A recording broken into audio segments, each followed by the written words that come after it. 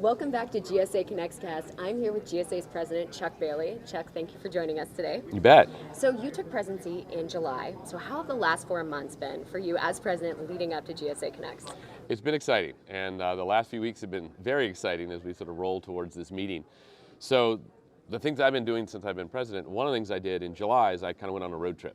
So I went from Virginia, which is where I'm based at William & Mary, to Boulder, to headquarters, and it was cool to be back in Boulder in this sort of big old concrete building that GSA has and meet with the staff. So they're doing great things, and it was also good to be there in person to get a sense of some of the operations that GSA does. That building has crannies and corners that they store stuff in, stuff gets moved to meetings like this from there. So I'd never have to think as much about the operational side. So I've done that. I also was in Washington, D.C., meeting with the staff there on the East Coast. I've been in the halls of Congress, which was fun and weird at the same time. It was right before the continuing resolution to kind of keep us going. So I've been doing all of those things kind of in my role as GSA president since I started. What have you been most excited for as president? Well, I'm excited about this meeting. And you know, when I got to Pittsburgh the other day, I was like, wow, it's really going to happen. And just walking through the breezeway here where you could look down on the poster space and the exhibitor space, that for me was this moment where I was like, it's real. And all of a sudden there are going to be 4,000 people here in this convention center. And that's kind of what GSA does. It brings people together community-wise, and it's happening right now. So that's been an exciting part to it. The other part is hatching these new plans for GSA. And some of these new plans have to do with making GSA have a presence on an international stage. So at this meeting, we've got geoscientists from a lot of different places, and we're in talks with how we can work with geoscientists from India and Korea, and a whole variety of other places, Nigeria, and I think that's all about to take shape. So I'm very stoked about that. That sounds very exciting. Yeah. So over the next year, what are some things that you hope to spearhead going into 2024?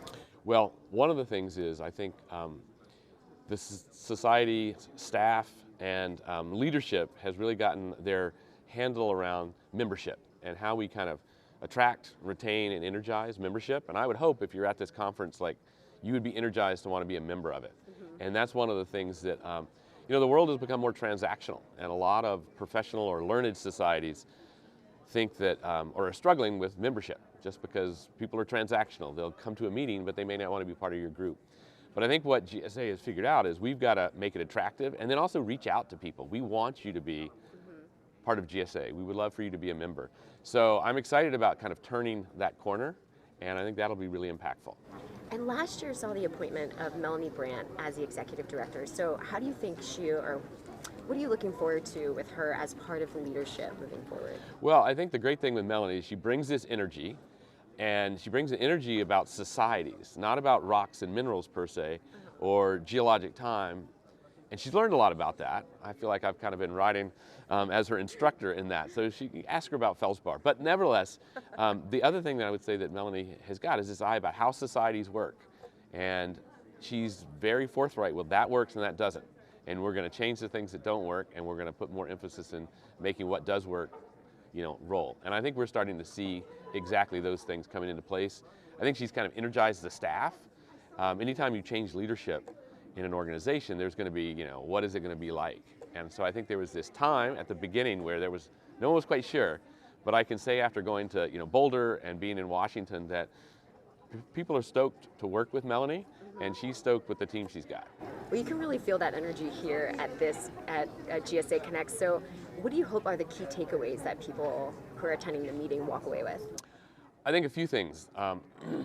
One of the things, and I've got to riff a little bit on my talk from yesterday, I talked about confluence in geoscience and time and place, and I was trying to make the argument that makes geoscience a little bit unique from a certain range of science. So I'm hoping everyone is savoring the confluence of being in Pittsburgh where the rivers come together, and then we came together as scientists for a community. So when people leave Pittsburgh, my hope is that they do feel like they got connected and that they were able to grow community, because I think that'll make them want to come back. And to me, having gone through the pandemic, being out on the other side now, I think we can take better appreciation in the value of what that connection means in person and in place.